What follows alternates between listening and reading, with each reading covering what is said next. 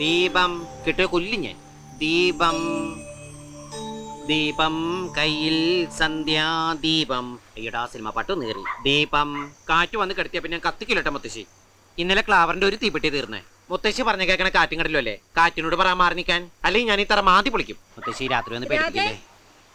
എടാ മുത്തശ്ശിയോട് കിന്നാരം പറഞ്ഞോണ്ടിരിക്കാണ്ട് ഇത്തിരി വെള്ളം കോരിയിട്ടെ.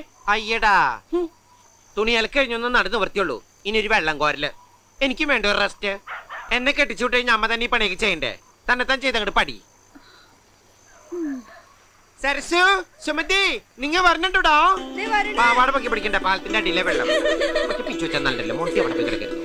വേഗം വാ. എടാ ഈ രാത്രി നീ എവിടെ തുള്ളാൻ പോവാ? തൊറയിലാശന്റെ വീട്ടില് ഇത്തിരി നേരം സീരിയൽ കണ്ട് കരയാനാ. ഓടി നിക്കടാ അവിടെ. എന്താ? ഞാനും വരുന്നുണ്ട്. ഇന്നലത്തെ എപ്പിസോഡ്സിൽ ജോസൂട്ടി ഒരു വാലടച്ചിരിക്കുക. ലീലാമ്മ സമ്മതിക്കുന്നു എനിക്ക് തോന്നുന്നില്ല. അവള് ഭർത്താവിന് വേണ്ടി ജീവിതം ഒഴിഞ്ഞു വെച്ചോളാം. ഈ ഉളകൾ ഇങ്ങനെ തുടങ്ങി നമ്മൾ എങ്ങനെ ജീവിക്കും?